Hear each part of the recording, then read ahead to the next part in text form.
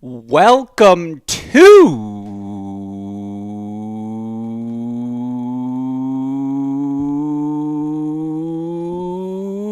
Hey, great shot. This is the Great Shot Podcast, a Crack Rackets and Believe podcast network production. My name is Alex Gruskin. On tonight's show, we've got another live edition of The Deciding Point, where tonight we will recap all of the madness of the Division I NCAA Women's Super Regional Weekend. It was the round of 16 we as college tennis fans deserve. Were you looking for 4-3 drama? You got that in a couple of places. Were you looking for things to get sweaty for seeds across the country? That was certainly the case. And oh yeah, we had a few blowouts we should certainly discuss as well. Of course, all of that leads to this week's action in Waco. That's right, folks. We got 1 week left of this 2025 NCAA season. Of course, so much looking forward to getting down to Waco here tomorrow. Of course, we will have Media Day Wednesday, and then the action begins. Women's quarterfinals, of course, on Thursday. Men's quarterfinals on Friday. All the action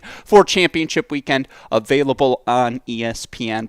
But before we get there, again, we got to recap what that journey looked like. And joining me on tonight's podcast to help do exactly that, the exact man you would want on this show to help break down everything from the Division I Women's Super Regional Weekend. Of course, you all know him best as the returning champion of returning champions to this podcast, founder of the No Ad, No Problem blog and podcast, where, of course, you can hear his immediate thoughts to this weekend's super regional action. He, of course, is one of our dearest friends, our on-the-ground correspondent, who I cannot wait to hug in person in Waco.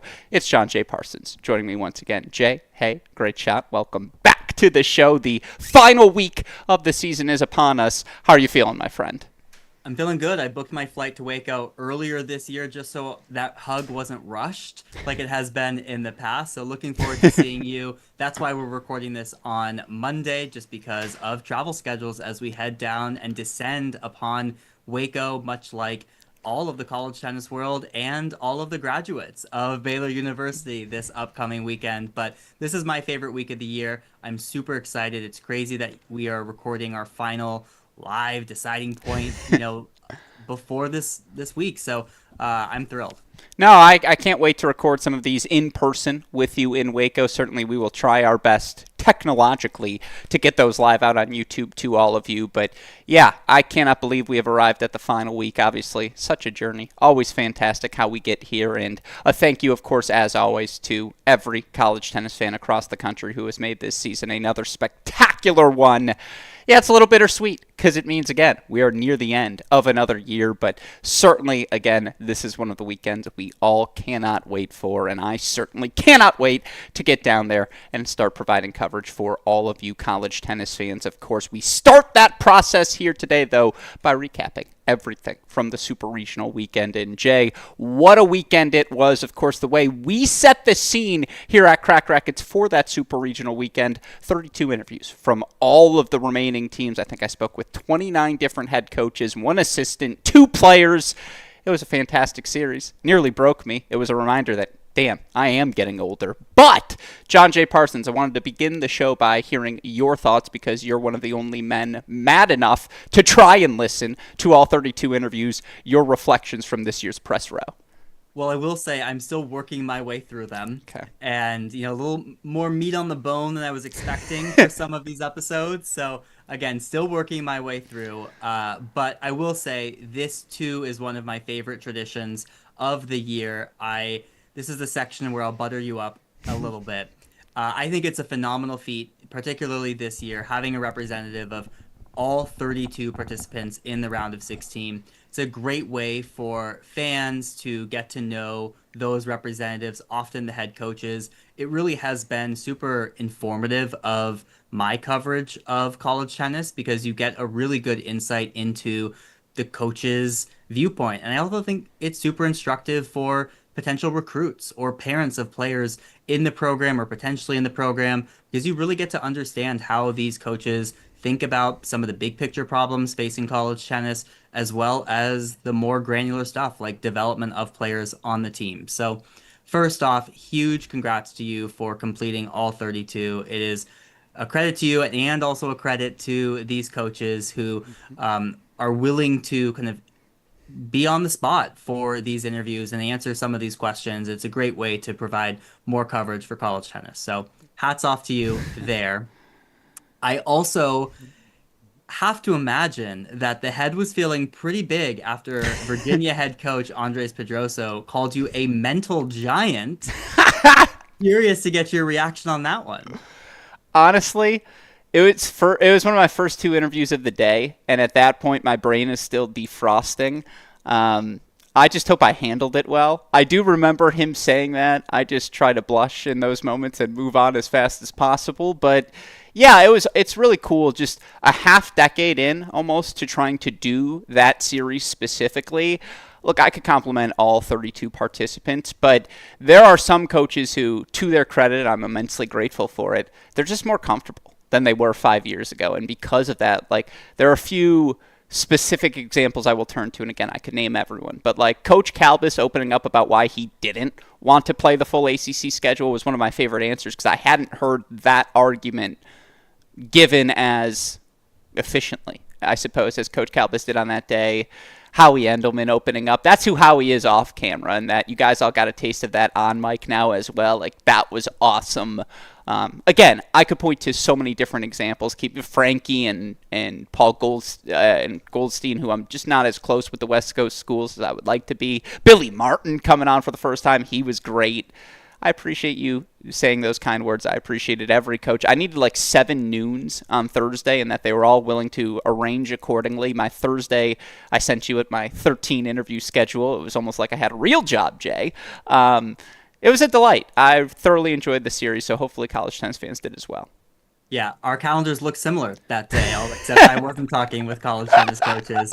So welcome to what we consider the real job. But yeah, I mean, fantastic series. One of my big takeaways from it was I appreciate your question about NIL. It was interesting to me that I thought the coaches that have had sort of the most NIL conversations around them were the coaches most willing to sort of downplay the impact of NIL. You heard a lot of like, the money isn't, quote, life-changing, which, I mean, we're talking young people here getting this money. Like, it is life-changing for those particular people. So that one was very interesting to sort of like read the room. I feel like if there was one point of feedback I would have about the interviews, I like the structure. I think you need to reserve one question for where you can say your typical, now this is the part of the interview where you might swear at me, but I think you've built up enough goodwill with these coaches that you're able to slide one of those in per interview, because I think there were a few that were begging for it. But that would be my one piece of feedback. If people haven't listened to any of them, go back, listen to them. They are super informative. But I do have to ask, Gruskin, is there a podcast that told you the most about our podcasting relationship? Me and you? Of the press row? No, come on. That's one of the questions you're asking all these coaches. Was there a match that was most important? Oh, is there a podcast we have done that told you the most about? I thought you meant in the series. Is there a podcast that we have done? I mean, pick a name out of the hat. And the answer is yes. And it's, when did we start doing this together? 22? It must have been 22. 22 was the first season, yeah. Because spring of 21, after Orlando, after it finished, we asked for mailbag questions. And I think we did 14 of your questions. And so, like, you weren't even on the show, but that was when it was like, all right, let's get this guy on the show. Like, I think he would have better answers to half of these questions than we could offer. And so, is that a fair answer? Yeah, I mean, it's not this season, but it certainly goes back quite a while. Season, or the second one, and I think it's why our relationship is so strong, is Pepperdine 2023. I mean, that's one of the greatest podcasts that'll ever be. Boy, were we wrong, and it was fun.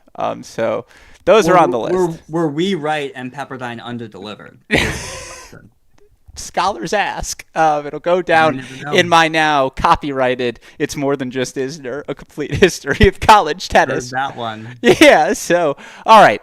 Again, 32 interviews. You can watch them all, by the way, on YouTube as well. Shout out to Westoff for making that possible. You can go listen to them on the Cracked Interviews podcast feed. Of course, what do you want to listen to here on this show? You want to hear thoughts on everything that happened throughout this super regional weekend of play. So without further ado, Jay, let's get into it, and let's start with just some good old-fashioned 4-3 tennis, the sort of tennis you expect in a super regional round like this, and certainly... Look, I tried my best. You know what?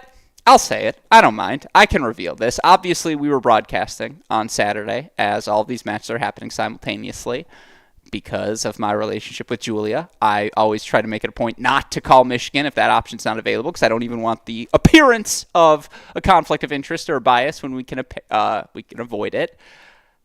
But as you know, from a text group we are both in, I made a conscious effort, not even to look at the scoreboard from this one, because after going through the press row series, just about every women's coach mentioned Michigan, Texas as the match that they were watching this weekend. And certainly with this Texas team beating Georgia at home in the final weekend of the regular season and playing as many 4-3 matches as they did, you just felt like for as young as this group was, with seniors at the corners, Zainalova, Uvarutsky, why couldn't they be this good right now? And certainly Texas had a path, and they take the doubles point. They go up 1-love for them. The bottom of their lineup has obviously always been so strong for them all season. That's where Michigan's working in the new starters. You thought to yourself, okay, a pathway is there. And certainly, Charlotte KP takes the first set 6-4. Pursu, who ends up in that sixth spot instead of Rutsky, takes the first set 6-1.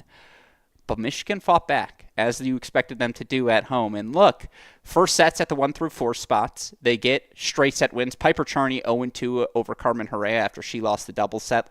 That's postseason Piper. That's what you'd expect from her. I mean, again, Sarch Lundy 1-2 over Ashton Bowers was not on my bingo card. And big picture, you could argue that was the swing result in this match. We can get back to that. Michigan had a chance to close things out, and this is where I'm going to turn things to you because, again, they take the 4 first sets.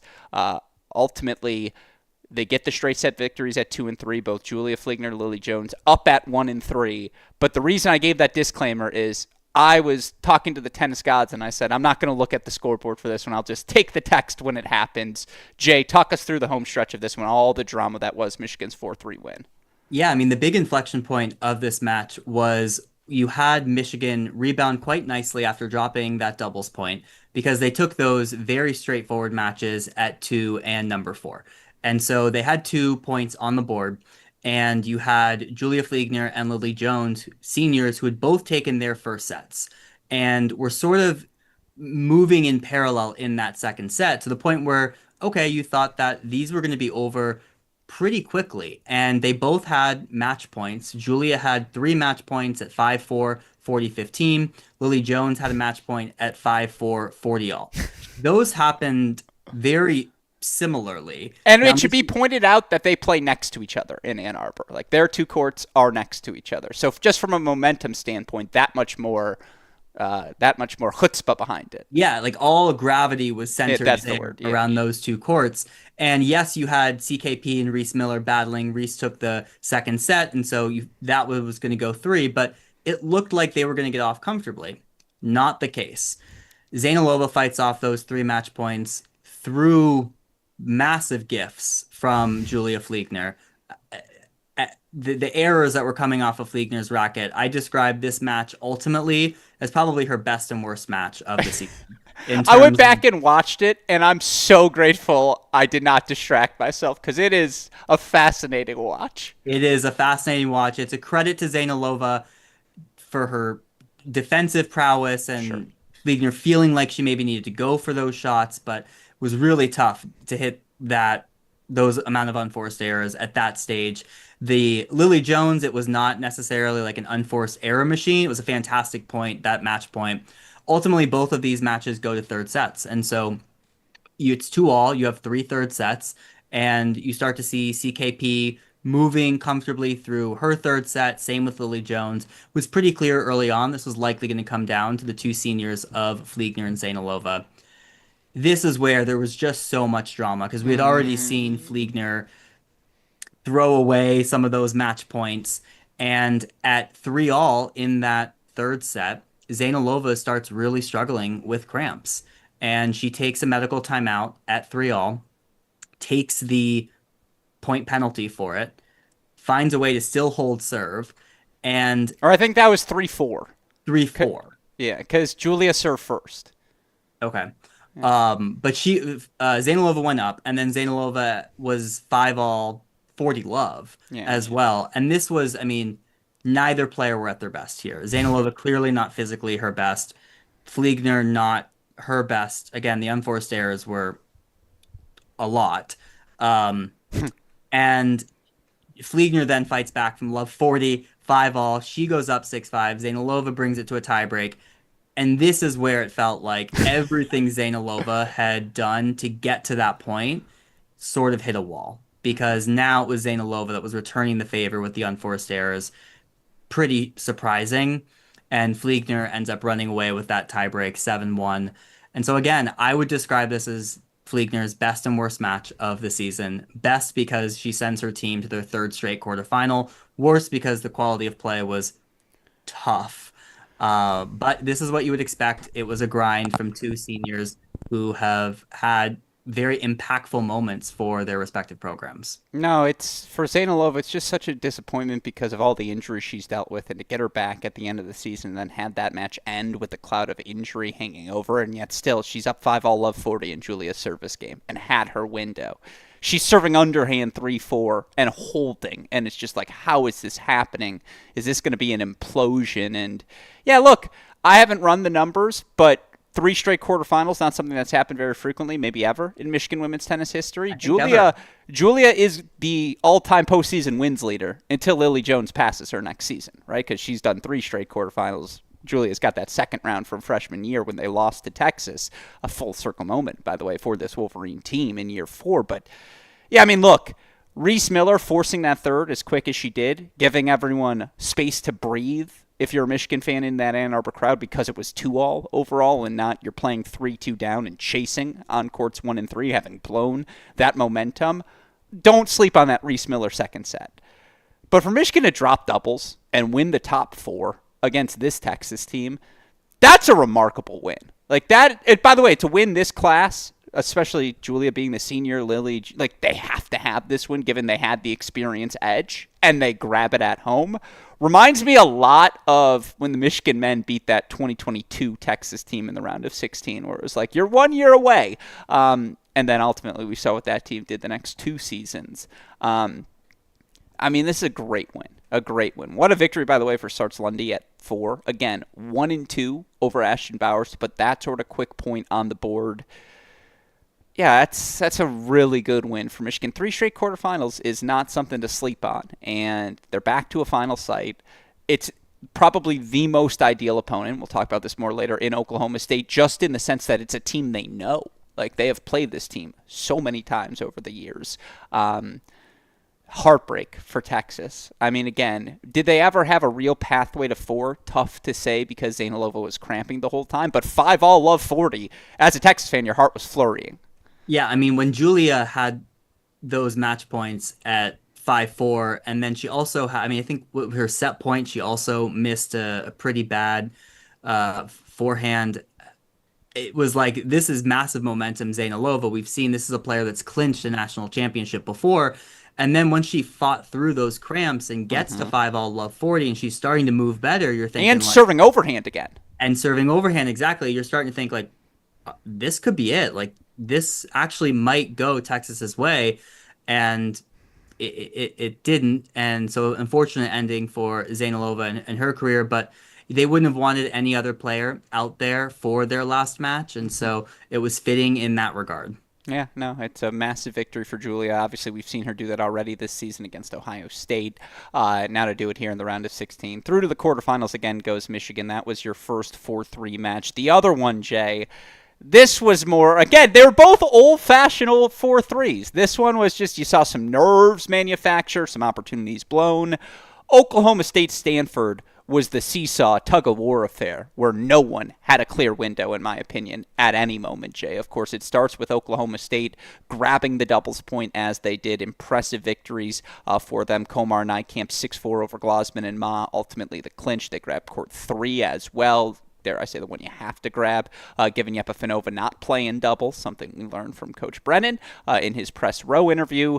But how did Stanford respond, Jay? They came out, they grabbed 4 first sets. 1, 2, 3, and 4. Of course, Oklahoma State got the first sets on 5 and 6. And again, this is where it gets back to no one had a clear pathway. Because, yes, Oklahoma State, they got a straight set win on court number 6 for point number 2. But Stanford responded. And whether it was Valerie Glasman, 5 and 2 over Komar, Connie Ma, a 1-loss season for the seniors, 6-4, 6-2 over Urcon at the top spot, was 2-all pretty quickly. Now, 3 matches left on court. Stanford's upsets in 2 of them.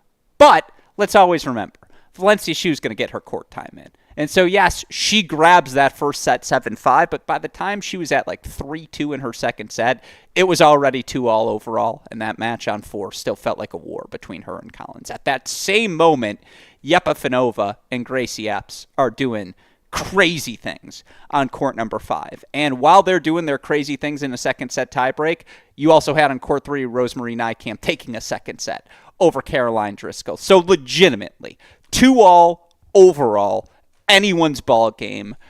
That's all you can ask for as a college tennis fan. Now, from there, it's a credit to Oklahoma State. Now, Valencia Shu gets a straight set win, 3-2 Stanford.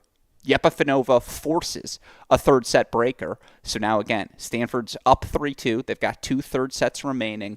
But for Rosemary Nijkamp to do what she did, to drop that opening set and then come back definitively 5-7, 6-4, 6-2, that third set she played in particular, she was on her front foot the entire time. And then for Gracie Epps, all the injuries at the end of her junior career, all the injuries pretty much keeping her out as she worked her way back her freshman season. To blow match points as she did in that second set tiebreak, to then have all eyes turn on her. We're trading breaks back and forth. It's just a seesaw deuce point affair.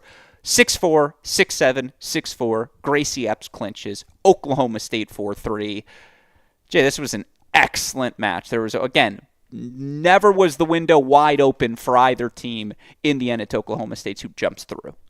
Yeah, and that second set tiebreak between Yepafanova and Epps was incredible. I mean, 13-11, Yepafanova took it. I don't know how many match points she fought off, but it was, what, like 5? I mean, there were a lot of match And just points. to add, majority of them were on Epps' serve. Like, Yepafanova did not want to serve down a match point. She wanted to be serving up match point because, again, the shoulder still a little compromised. Yeah, and this was a fantastic match. I mean, even the straight set matches, even that Connie Ma straight set over Melissa Urcon was an absolute battle. I mean, the scoreline says 4-2, but this was a 2+ hour match. I mean, these rallies were 20, 30 balls, a lot of deuce points there. This was an incredible number 1 singles match in that environment. I was extremely impressed by what Gracie Epps did. This is a player who's in her first year of competitive college tennis after not being in the lineup for Georgia last year, still recovering from injuries, playing a player in Yepafanova, 2-time All-American, your Pac-12 Player of the Year, coming back from injury. It was 2 players who did not want to lose extremely badly. And it would have been very easy for Epps to go away in that third set. And she did not. She turned right back around. She got the early lead in that third set and ultimately wins it 6-4. I was extremely impressed with the level from the baseline in this number 5 match. It was everything you would want in a college tennis match. It is a heartbreaking but almost reassuring way for these Stanford seniors to go out after they take out Texas Tech on the road. Connie Ma ends probably her best season ever, the most enthralled and excited I've seen them on the sidelines, maybe their entire career. Valencia Shu getting that awesome win over Kylie Collins. Oklahoma State at home, they survived the Stanford push. And on the flip side, you have an Oklahoma State team now who gets over last year's hump. We talked about this on last week's show. It's a different team, right? We only have Komar back, but last year, number 1 undefeated seed. They lose in this round to Tennessee. They come back, an unseeded team, and they advance to the quarterfinal. Just their 3rd quarterfinal in program history. It was an awesome win for the Cowgirls. No, you kind of nailed it there. Just the 2 things to follow up on. One, Glass makes me sad. there was a moment after the clinch where it was just Sasha Yepifanova, Valencia Xu, and Connie Ma on the stream on court 5, just kind of sitting there and coming to the realization that this was it. And it was crushing because this team had just started to find the juice. Like, if this season was another month longer, this team could absolutely have gotten to the final site as Yepifanova continued to get more comfortable. God, did she fight her tail off. Keep in mind, she's been playing for like a month, and that's the level we saw from her well into a fourth hour of that match or third hour of the singles match, and the fighting off of the match points again. So impressive. It's crushing because, again, like watching Valencia Xu lull you to sleep and then sneak forward and sneak a volley by you. Like, This team was playing on all cylinders to end the year, and they just ran out of time, which stinks. And boy, now we turn the chapter to the next page of Stanford tennis. What is that going to look like? One of the biggest questions of the offseason. We can address it then. But to your point, again, for it to be Gracie Epps, like, just if you know the story of all the injuries behind the scenes, and you could see it in her face to have that crowd behind her and what it meant to her to be in that moment. And for an Oklahoma State team that, I say this with love, they lost that match all season. They lost it all season long until this NCAA tournament.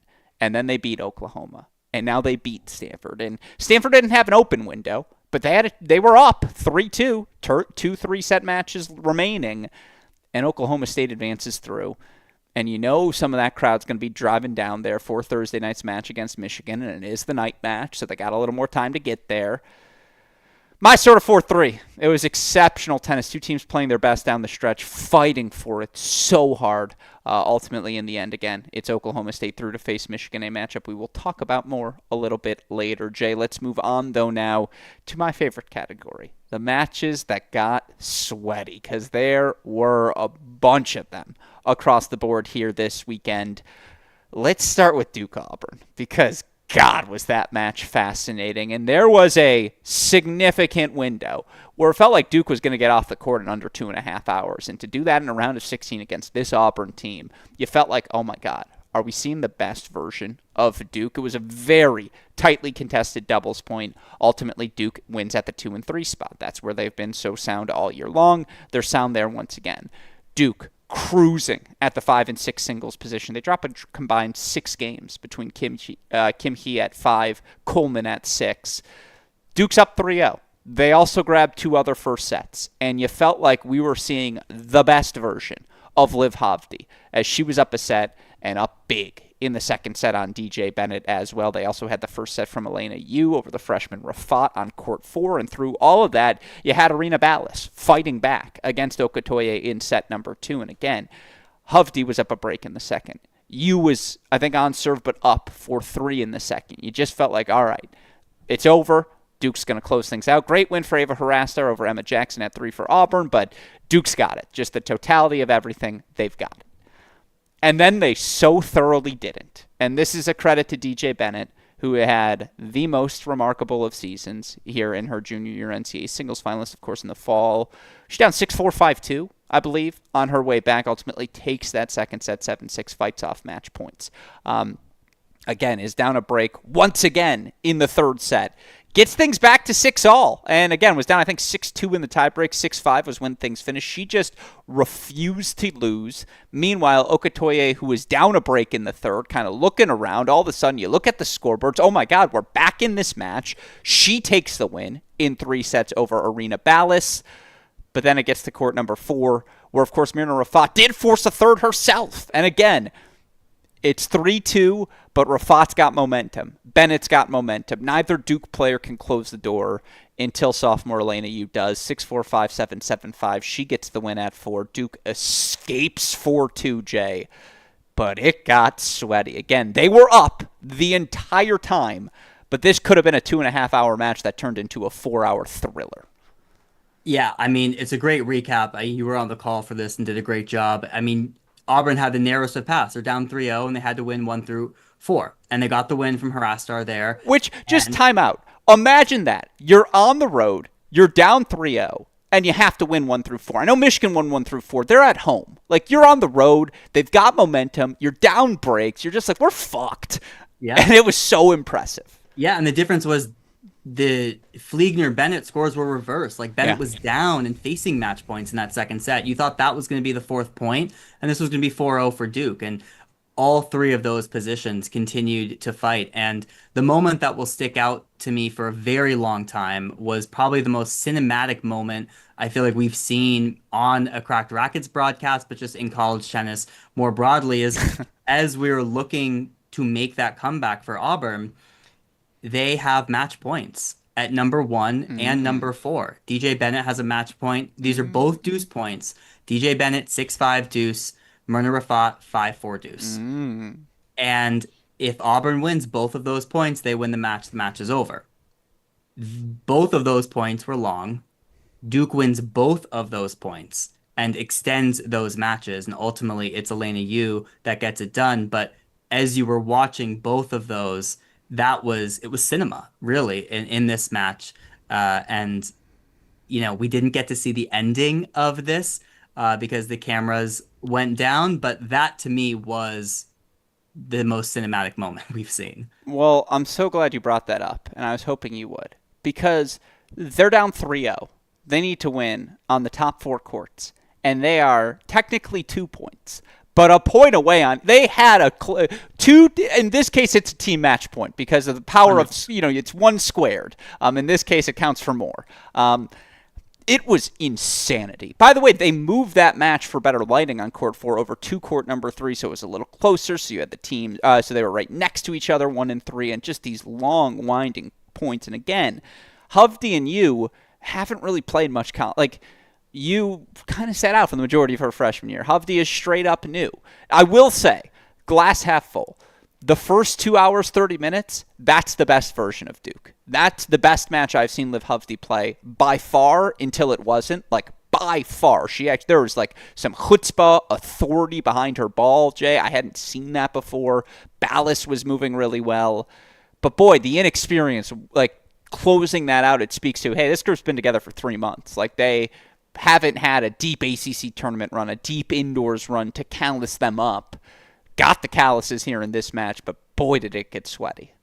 Yeah, I mean, I came away still very impressed with Liv Hovde. I Yeah, think definitely the best match she's played this season because it would have been easy for her to go away in that third set after sure. having match points, and she didn't. Again, like Gracie Epps, she came right back and she built another lead. And yes, she lost leads in both the second and third set, but she built the leads and Mm-hmm. she continued to fight. And it was that competitive fight that maybe I haven't seen as much throughout the season, and certainly the level of play I thought was the highest we've seen from her. I came away really high on, what she can do. It was the first time I felt like, oh, okay, like I get it now. Like this is the Wimbledon junior champion here in college tennis. And then again for Elena Yu, who has been in these positions before, given her longer point styles, like she delivered here. But yeah, her first real season on the job. It's same with Myrna Rafat, right? I mean, three of these four players that we're talking about are brand new, essentially, to college tennis in terms of these dual matches. Yeah, I so thoroughly agree. I actually thought Ballas played. That's the best I've seen her play. Like, she was moving really well, asking every question of Okatoye. Yeah, Hovde was stepping up. Like, here's the thing. Typically, in a situation like this, if Liv Hovde doesn't close things out, team loses, season over. The most valuable thing, to your point, is she built that lead, and she wasn't able to get over the finish line. But how often do we say you got to learn to lose that match before you can learn to win it?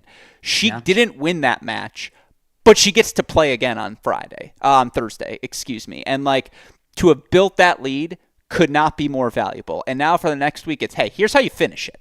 Yeah, and that's the most fascinating thing Yeah, about college tennis is because if DJ Bennett runs away with that third set, a situation we've seen many times before, sure. the pressure that puts on Elena Yu and Myrna Rafat is massive. And Mm-hmm. you never know how one of those two players is going to respond. It changes the dynamic of the match completely. Even though it felt like she lost those, she did match points in the second, she built that lead again, and her teammates can take a sigh of relief. They can play a little bit more free because they know it's not coming down to their court until it ultimately does. But it's a massive momentum swing. 100%. By the way, this something that I was reminded of when I interviewed Jordan Szabo, the Auburn women's tennis head coach. This team had two players in June. They reached the round of Three. 3 players, correct. They reached the round of 16, and were a stone throw away from the final site in year one under head coach Zappo. By the way, Coach Ojeda made this final site, Jay, Coach of the Year mid-year poll. Who's aging better now?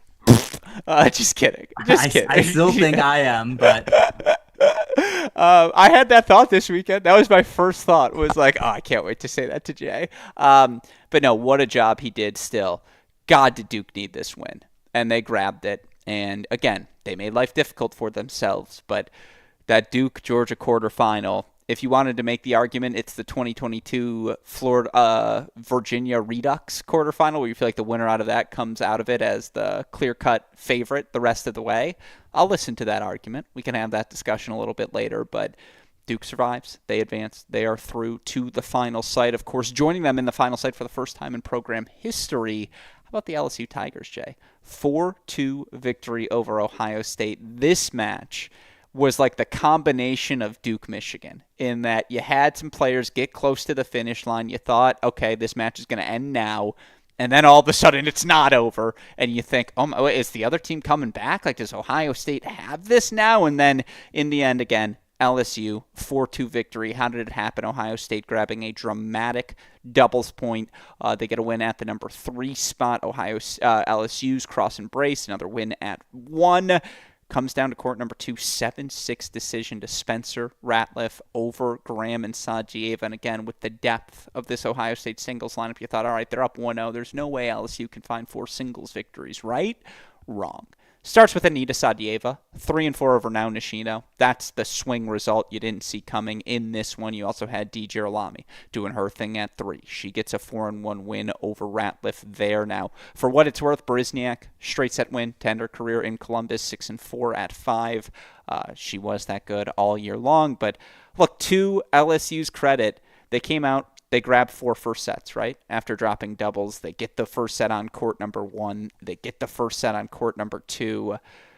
That's where I think first set on 6 went the way of Ohio State's Spencer. But again, the dramas on 1 and 2, where I believe it was Kayla Cross was up big on Luciana Perry. I want to say she was up a set in 5-2 in that match. You thought, like, all right, she's going to close. If Brace can get off, there it is, very fast.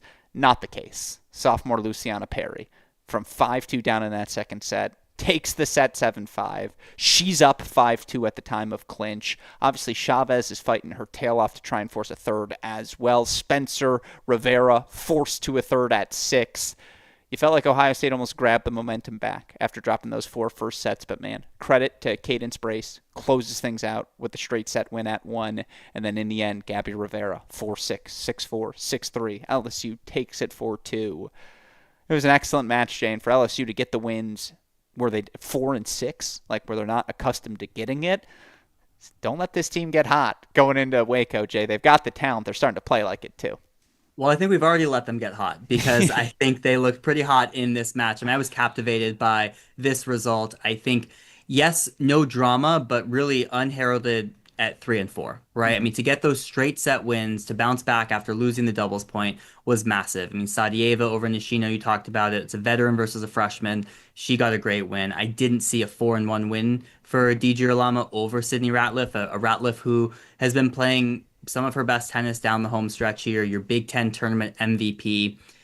Massive for Cadence Brace to close the door in that second set. That was a battle between 2 players. It was spicy. It got a little testy, like similar game styles, like super fun match. But you felt like if Chavez took that second set, Luciana Perry had fought off 3 match points in that second set. Like she was rolling, and Kayla Cross was not. I mean, she was really struggling trying to make balls in the court. And Perry, to her credit, was never went away and was starting to run away with it. That didn't happen, right? Because Brace closes the door and it ultimately comes down there to Rivera and Spencer.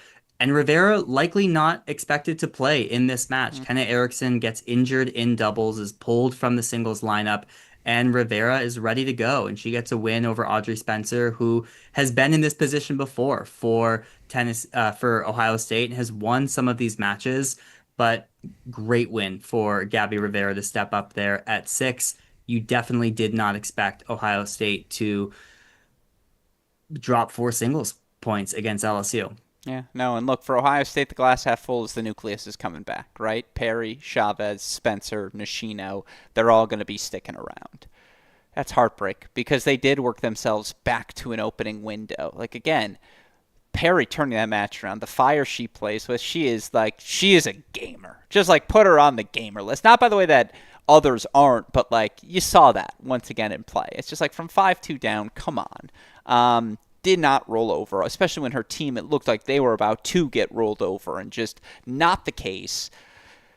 Yeah, for Brace to close that out, gumption. Like, that's a gut check, because Taya Chavez, you got to see it in person, obviously, out at the Ojai. Like, her at home, like, that moment is meant for her to grab that third set. That's where it felt like everything was heading, and for Brace to close things out there, massive. But you mentioned it.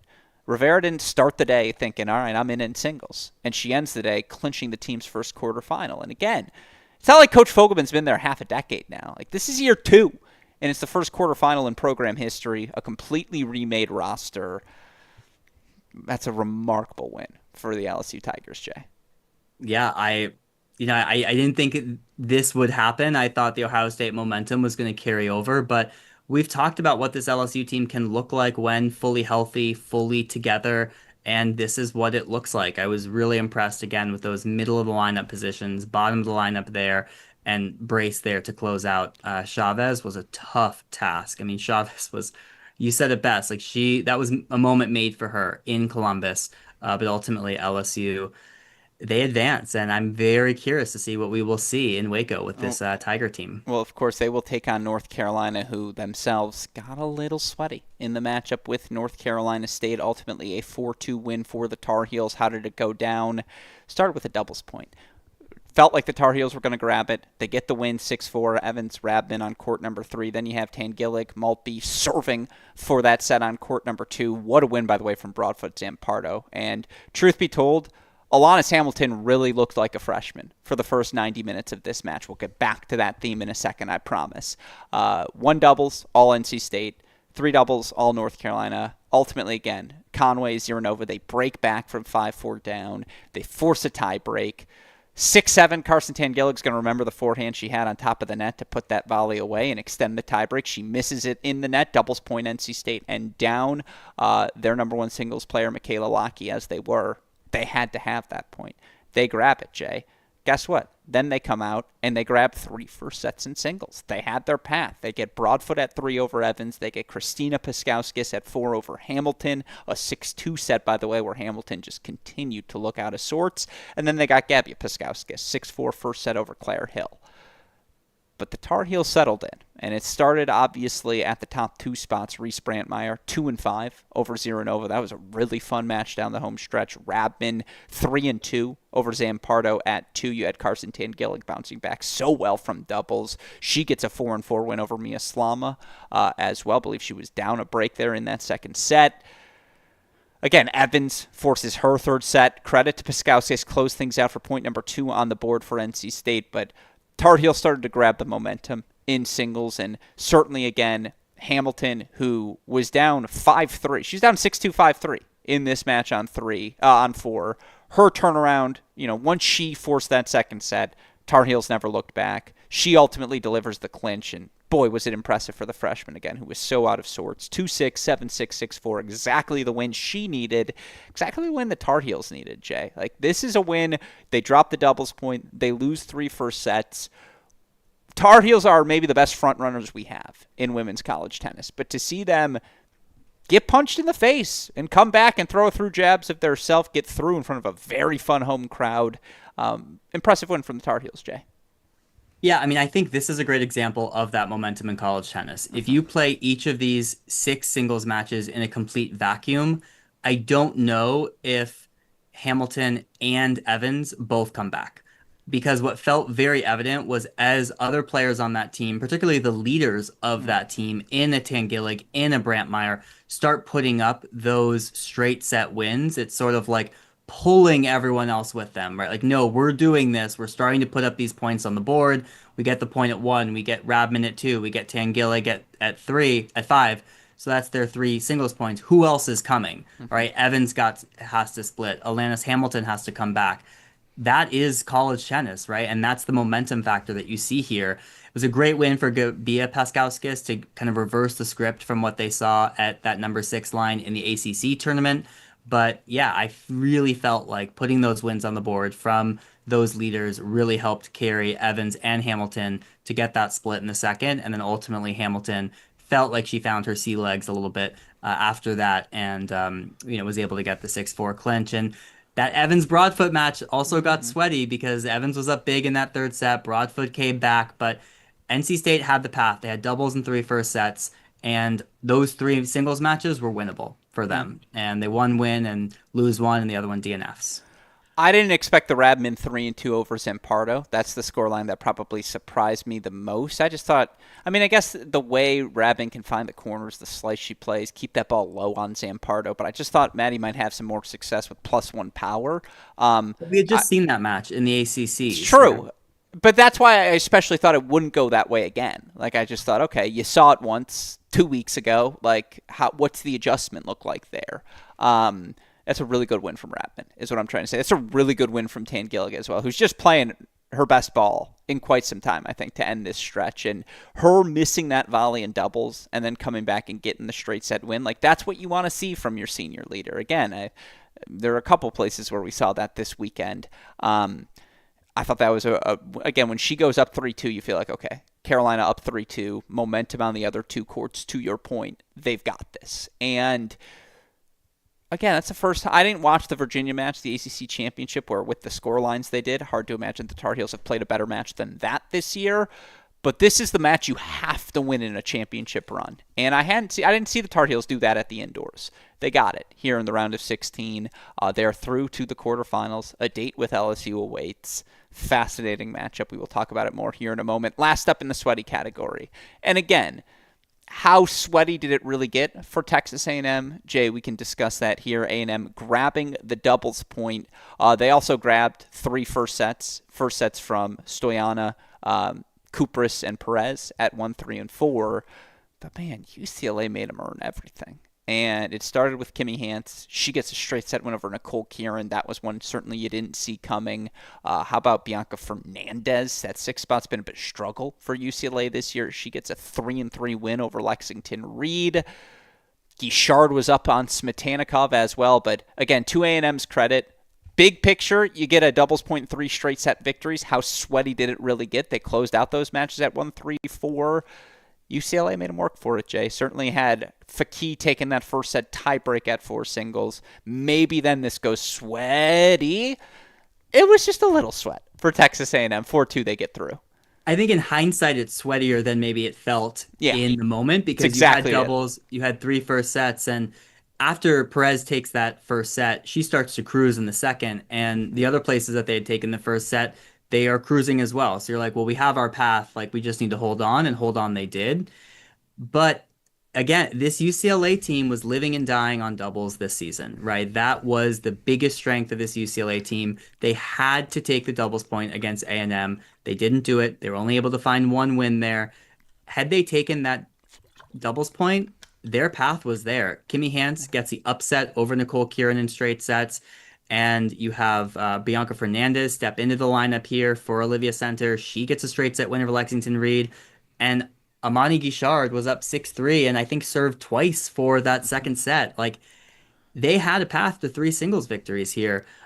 So in hindsight, pretty sweaty for the A&M. I think the one they'll regret, and I'm sure we don't have to say it, Elisa at 3, like to lose that match 1-4. I don't think they had that on the bingo card. Can she force a third? If she does, again, this gets very, very sweaty. But credit to A&M. All you can do, you grab doubles, you grab 3 first sets, you protect your leads. That's the name of the game. So yes, they got pushed, certainly. And boy, another UCLA, another team. I still roll the balls out. You're never sure what, even at the end of the season, I still don't know what they would look like on a given day. But yeah, A&M through to the final site. And then last but not least, Jay, the left no doubt category. One of these far more surprising than the other. Let's start with that match. Oh my goodness. If I would have told you on January 1st that Tennessee is going to go to Charlottesville in the round, you like that press row callback, Jay? If I would have told you that Tennessee was going to go to Charlottesville and earn a 4-0 victory over this Virginia team, you'd have called me crazy. Jay, that's what they did. They win 1 and 2 doubles. They get straight set victories at 1, 2, and 4, where combined, Jay, they lose 8 games between the 3 courts. They won 2 other first sets as well at 5 and 6. They were up 6-4 for love at the 6th spot. Now, it's worth noting, no Elaine Travinsky in singles nor doubles for Virginia here. And yet, 4-0, 4-0 was not on the bingo card, Jay. They're through to a second consecutive Sweet 16. They have 2 starters back from last season. Well, they're into the quarterfinal. Did I say round of 16? Quarterfinals. Yeah, thank you. Yeah. And, we hadn't seen Tennessee make a quarterfinal in over a decade when they make it last year. So to do back-to-back is incredibly impressive. And, the reason Allison Ojeda is on your short list for Coach of the Year, and by I say you, I mean yours, is because of the lack of continuity, right? And what she's had to do with the new additions. She came across very confident in that interview you did with her. No Elaine Travinsky in this match stinks, right? Yeah. NCAA doubles champion, number 2 singles, arguably the MVP for this Virginia team. Tennessee was very prepared and ready for this match. And for whatever reason, Virginia did not show up. And it was a combination of the fact that Tennessee showed up and was ready to go, and Virginia played their worst match of the season. They had built a reputation this season of being extremely gritty. They beat this Tennessee team at indoors without Travinsky, without Kozakova. They found a way. That belief was not there in this Sweet 16 at home, and that was the most surprising part to me, was just that they couldn't make it competitive at any single spot. I mean, they only won 1 set.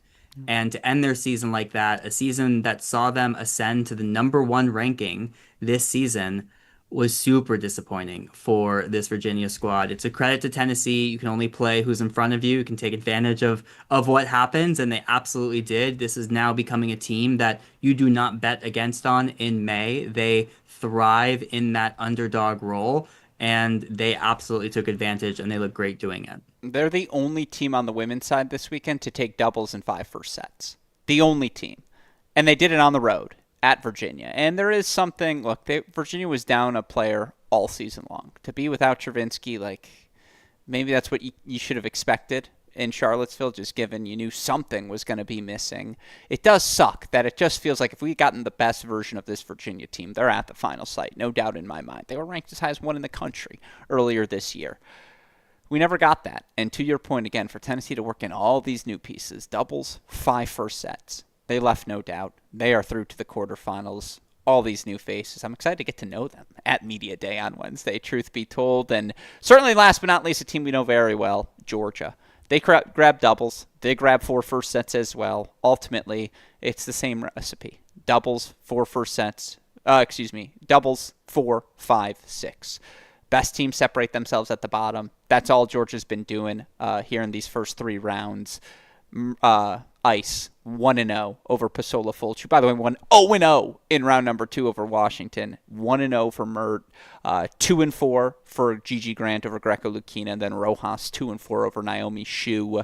Look, Cal got first sets at the 1 and 2 spots. 3 was as competitive as you would have expected between Lon and Mel. But man, Georgia steamrolling. They are in good form entering the final site, Jay. Yeah, it's a great matchup for Georgia to really flex there at the bottom of the lineup. This Cal team is a player short with no Katja Wiersholm in the lineup and can hang with most folks 1 through 4, and that's really been their calling card this season. But Georgia just flex there at the bottom. I thought it was a good performance from both Mushika and Alsola there. Alsola in her last collegiate tennis match, getting that first set over Lapata. So they look good there at 1 and 2, but ultimately Georgia just ran away with it at the bottom. Yeah, it's, again, tough season. Another team, you just wonder what's the best version of Cal look like if everyone's healthy here this year. But yeah, Georgia looks really strong. And with that said, Jay, our final site now set. Quarterfinals. We know the matchups. Again, 11 a.m. Eastern Time, Georgia versus Duke. 2 p.m. Eastern Time, UNC LSU. 5 p.m. Eastern Time, A&M Tennessee. 8 p.m. Eastern Time, Michigan Oklahoma State. Now, keep in mind, after that first match, Georgia-Duke, I'm going to go ahead and guess we will be behind schedule at that point as it relates to the scheduled start times. But I want to give a shout-out here to my friend who was it? Robert Janes at RHJ_III on Twitter, who said, "Hey, Alex, could you just quickly reseed both men's and women's teams heading into the final site?" I thought it was a great idea. So shout out to you, Robert. I texted Jay, "Hey, let's do a quick quarterfinal power ranking before we get into the matchups here." Jay, reseeding the top 8. Do we agree Georgia still won A&M too? We do. Okay. I think Georgia has to be. They haven't dropped a point, and they've just been definitive where you'd expect them to be definitive. A&M got pushed, but again, I mean, they got pushed a couple times. Yeah. Like UCSB pushed them. It got a little sweaty there for A&M at 2, but I just don't know if anyone else has done enough to supplant them, if that makes sense. Yeah, I think this is a combination of both what we've seen all season and also in this tournament, and for that reason, A&M still holds that 2 spot. Can I make the other case for why they could be 1? You'd much rather have A&M's draw than Georgia's. Much rather. Like, no disrespect to, but like to have Tennessee and then the winner of Michigan, Oklahoma State versus Duke and then the winner of UNC, LSU. I think I'd rather have the A&M draw. I completely agree. Yeah, so that would be the case for putting them at 1 in terms of most likely to win the title. Who's your 3? So I only think it's 2 teams here, but my 3 is the 3 we have, and it's Michigan. Ooh, really? Wow. Yeah. Go ahead, make the case. Sorry. I mean, I think that Texas win was solid to come back after dropping doubles. It's a Texas team that beat Georgia and is very capable of doing this. And I asked myself, like, how would some of these other teams have performed against Texas? And I would say maybe they beat them 4-3 as well, or they lose. But hard for me to see some of these other teams rolling over that Texas team in the Sweet 16. So I kept Michigan at 3. I have them at 4. I went UNC. At 4. I have them at 5. Oh. I went UNC at 3. That's wrong. Like, that's just so. Is it? I kind of liked how they looked this weekend. I liked how they looked in go ahead. Oh my God. What? I mean, in terms of the path that UNC has, could It's not tough. have been softer. What are we using from this NCAA tournament to bump them ahead of a Duke team that crushed them? I'm glad you asked that question. It's that they play Georgia after Duke does. Like, it's kind of by virtue of, can you get to the semifinals? Like, what's your draw look like? But Duke, let me just say, Duke is 4th on my list. Because if they get through question Georgia... is reseeding these teams 1 through 8. Oh, I'm reseeding them by likelihood of win. Okay, if I'll change to this category for you. If that's the case... Likelihood of winning is totally different. I mean, you got to take in. Yeah, I guess I reseeded by likelihood of winning. That was my thinking. Likelihood of winning this, what we're saying now, flawed draw, because we're reseeding 1 through 8. This is true. All right, let me rejigger in my mind. All right, I'll just flip Duke and UNC then. In that case, I would agree with you. I would go Duke 3, UNC 4, but by my prism of more likely to win the tournament, UNC 3, Duke 4, just by virtue of who plays Georgia first. Yeah, I mean, UNC is more likely to get farther in this event than Duke is. There's my logic, but I do think Duke rounding into form, and again, you feel really good about every point in that lineup. If that's the Hovde, you're going to be getting down the home stretch. If that's the balance, you're going to be getting down the home stretch as well. I have Michigan as my 5. Is that UNC for you? Yeah, Michigan shouldn't be below North Carolina. Did you watch that match down the home stretch? The level of play at 1 in Michigan, Texas was worse than the level of play at 5 in Stanford, Oklahoma State. Like, that is just true. But we know that the level from Fleekner is NCAA single semifinalist. She's top 5 in the country. Like, that's not her level.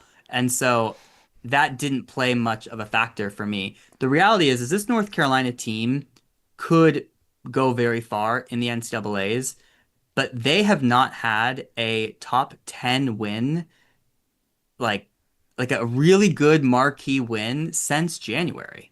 They've beaten since that basically Georgia win? Nobody. And it's fascinating. And yet, I don't know. I like their doubles point. I like that they dropped the doubles point against NC State and responded the way they did. Just watching, like, if that's what you're going to get out of Radman, what we saw on Saturday, or Friday, whatever it was, if that's what you're going to get, like, Tatum Evans is going to be such a tough out. Tangillig at 5, I really like. Again, I like that they are a 3-point team. I feel like doubles, Brantmeyer, Tangillig, they should grab that against anyone. maybe I even mean, everyone. they go as far in this tournament as those two will take them. And then I think they can win one of like I just think Radman, Evans, and Hamilton are guaranteed to go 1-2 every time. And so I guess I just see the path for them to 4 against anyone in a way that I struggle to with other teams. So that's why I have them higher, is because I know what the best version of them looks like and how they get things done. I think Duke's really good in a lot of places. I think Michigan's really good in a lot of places. I think all these teams at the final set are really good in a lot of places. I think the pathway gets a little murkier after UNC for some of these teams. Yeah, it's helpful to have that such concrete calculus for North Carolina. All right, I think I salvaged myself out of that position with that last argument, so I'm ready to move on now. Look, I love this Michigan team.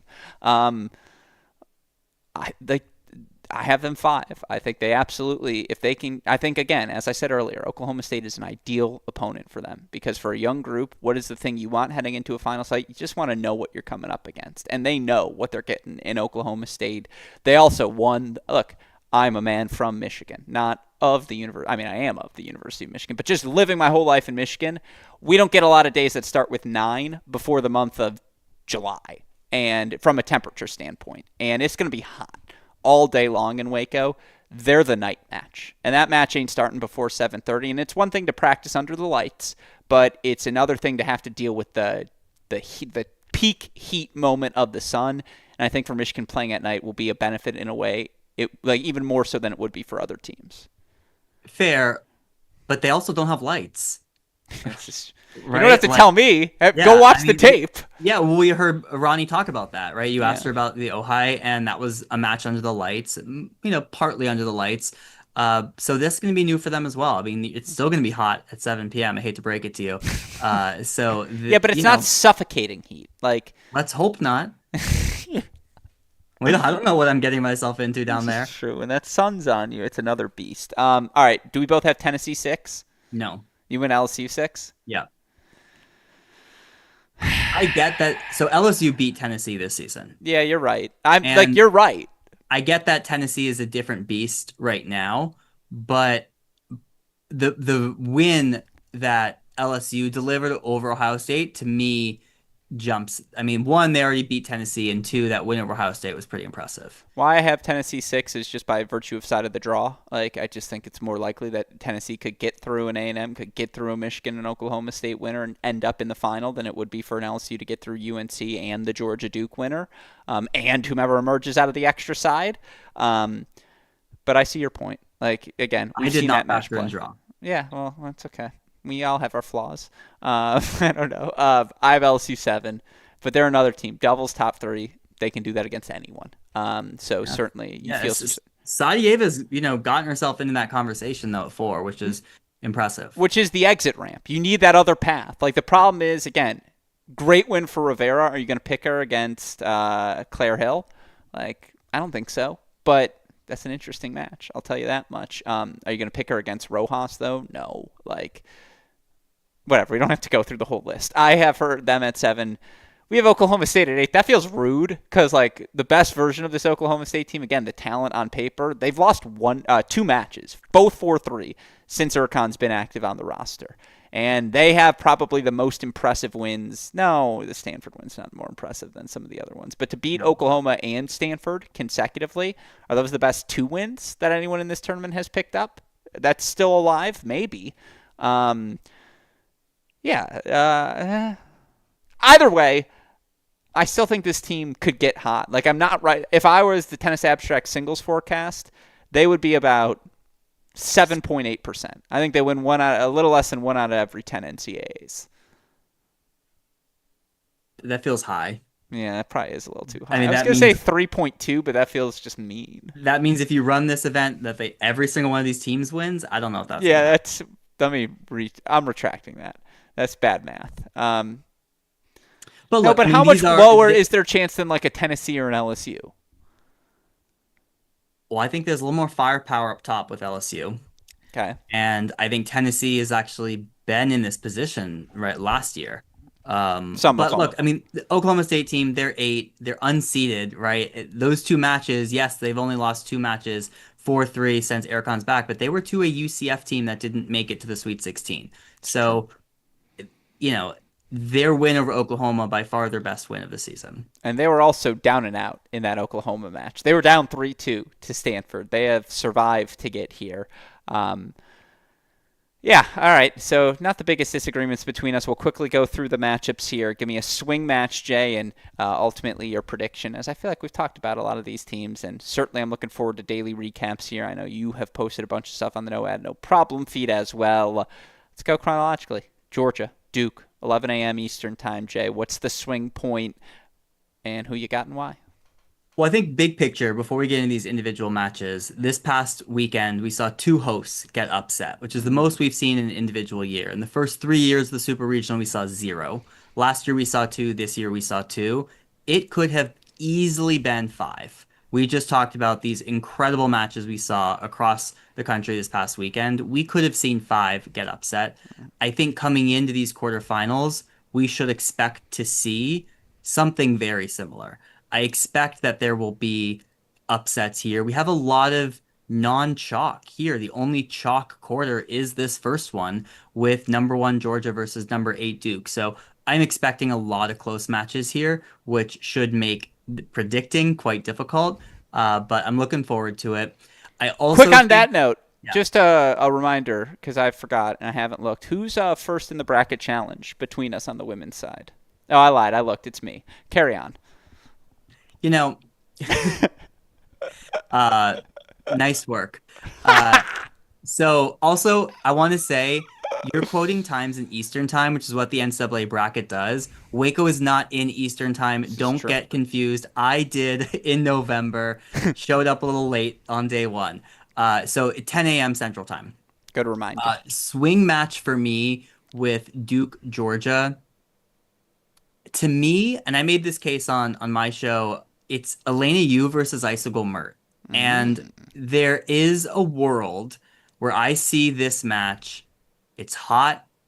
I see a world where Elena Yu is able to make these points very long, and maybe Mert struggles in the heat a little bit more because I think Duke coming into this match likes themselves at 5 and 6.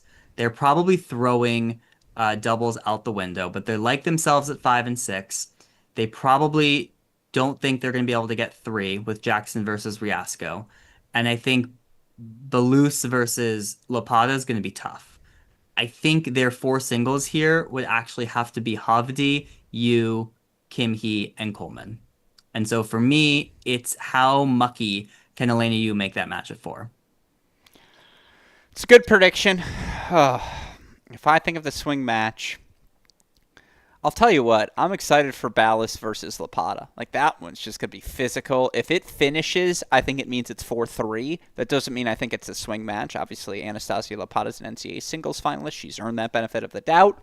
But I think that match is going to be sneaky, sneaky fun.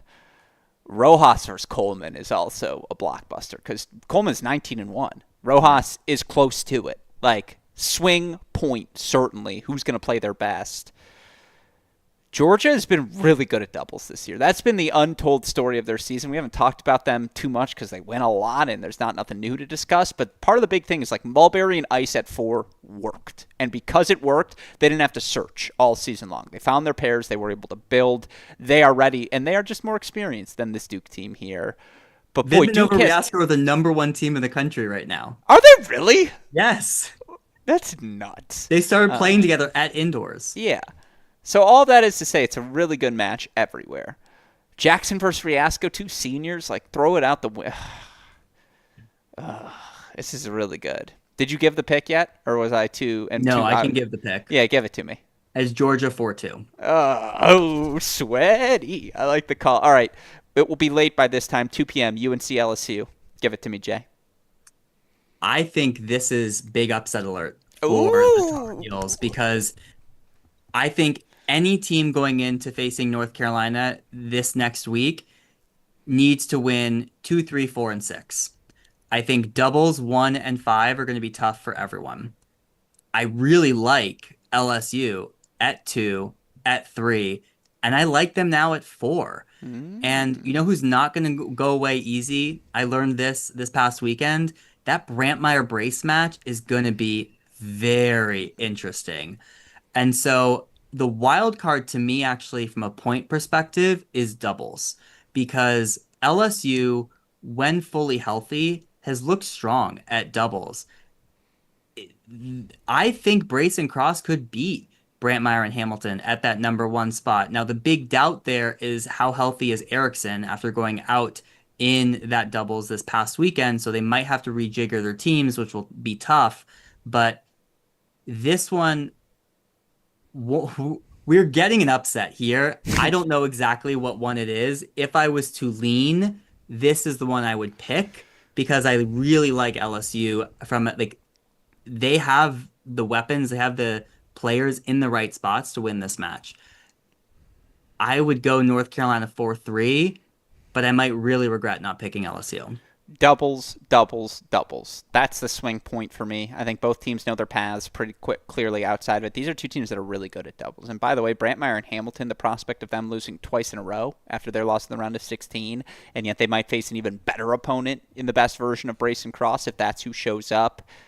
Rabin versus Cross at 2 that's going to feature some swings in that match. Certainly, hell, Evans versus DJ Olami. I do think North Carolina is better suited to attack LSU's strengths than LSU is to attack UNC's strength, because I just think Brantmeyer can go and beat Brace. I think Rabin can go and beat Cross. I think Evans can Really, go. you really think Radman's going to beat Cross? No, I don't think she'll. I don't know. I think that match has unfinished written all over. What has Kayla Cross done to show you like she's getting over a finish line for sure? I feel like you look at that match against Ohio State, and it's like you have to get over the finish line. No, there's some Havdi there. Like everything we said about her applies there. 100%. It's a very good point. I think Tilwith should beat Evans. Like that should be a straight set match for her. So I think it's gonna be interesting. I'm going North Carolina 4-3. But I think it could get very interesting. Well, at that point, we're going to be way behind schedule. Then I agree. I think it's going to be very fun. I'm looking forward to it.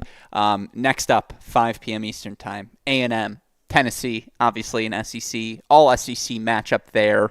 I think these two teams played in the semis last year as well, Jay, if my brain isn't completely broken. A&M, the victory over Tennessee, although Tennessee got frisky in that one, if you remember at the end of the run as well, and you're like, no way they're going to do it again. Thoughts, matchups, what you watching for? Yeah, I think the gas tank ran out in that semifinal match in the NCAAs for Tennessee last year. Full tank of gas right now for Tennessee taking on this A&M team.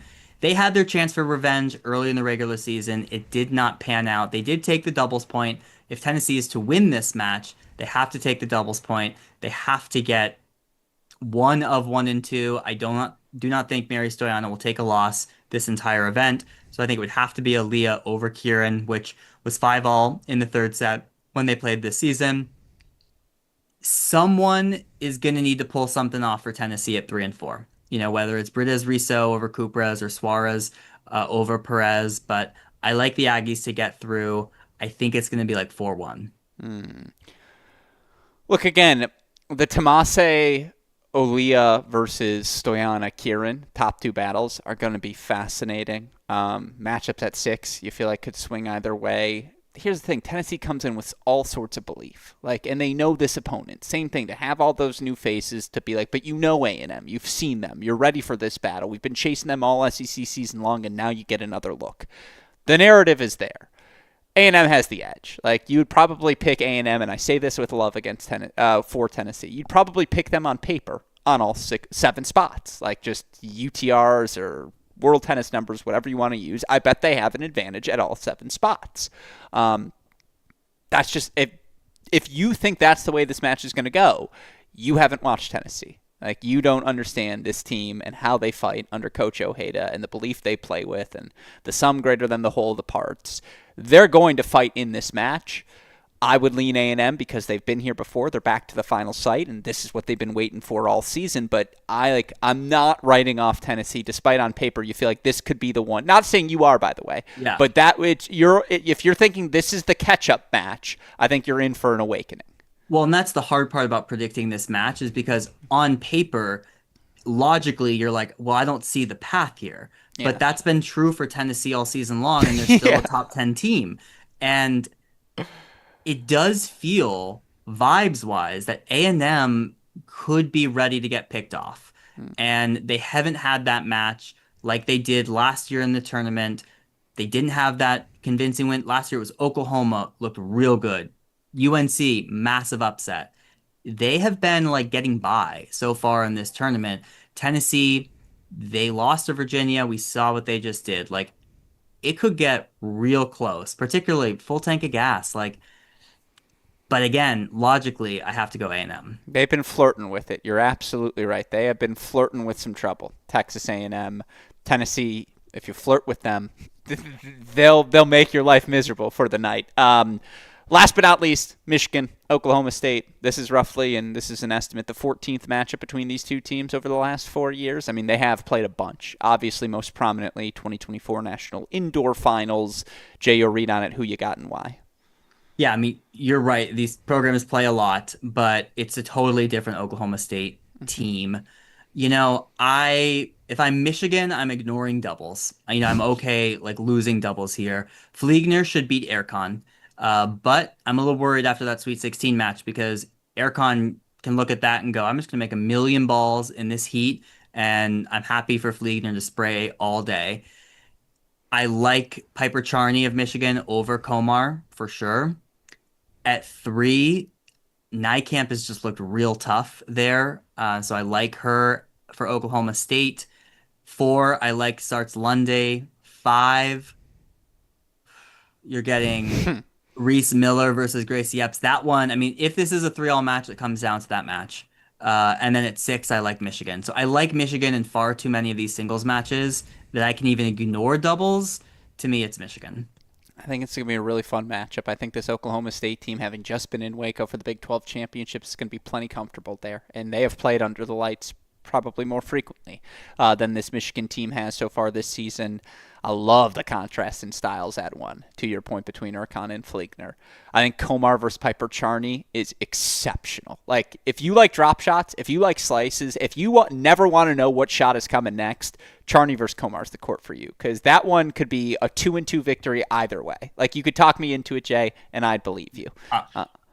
Whoever can talk you into a Komar 2-2 victory over Piper Charney, I need that person doing something for me. All right, that's fine with me. Lily Jones versus Rosemary Nykamp. Like, Nykamp's been awesome. She hasn't had the wave of looks thrown at her like Lily Jones throws at you. Sarts Lundy versus Collins. Fun. They're all fun. Reese Miller versus Gracie Epps. That match, if it finishes, it's 4-3 overall. I'm excited. It's going to be a great day. You said you're taking Michigan with the pick there, so folks, that's your look. Semifinal in program history. It would be something. Folks, that's your look at everything you can expect Thursday as the quarterfinals take place in Waco. Again, the women up first, the men going to play Friday, semifinal action on Saturday, championship Sunday, of course, coming up. We're going to have a ton of content coming out this week to help get you all set for the action. And, of course, we will be on site to help cover it all as well. John J. Parsons, before we wrap up tonight's show, what do you have in store for us as, again, very much looking forward to being on site with you, my friend?